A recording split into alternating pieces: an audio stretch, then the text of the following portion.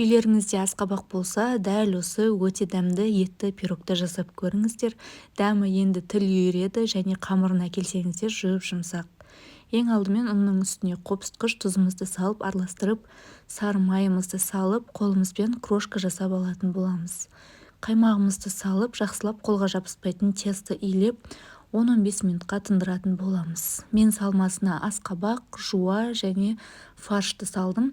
Жақсылап араластырып, дәміне қарай дәмдеуіштерді салып шықтым. Қамырымызды 2 бөлікке бөлеміз, біреуін кіші, біреуін үлкен бөлікке.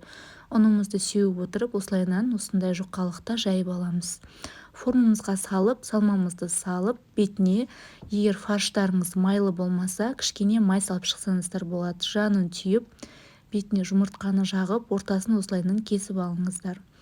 Одан кейін өздеріңіз қалауларыңызша узор салып, кунжут макты сеуіп, қызып тұрған 180 градус пеште 45-50 минуттай пісіріп аласыздар. Мінекей, осымен осылайынан ұсынсаңыздар болады. Пирогымыз өте дәмді болып шықты. Сіздерден лайк, комментарий күтемін. Ал баршаңызға ас болсын.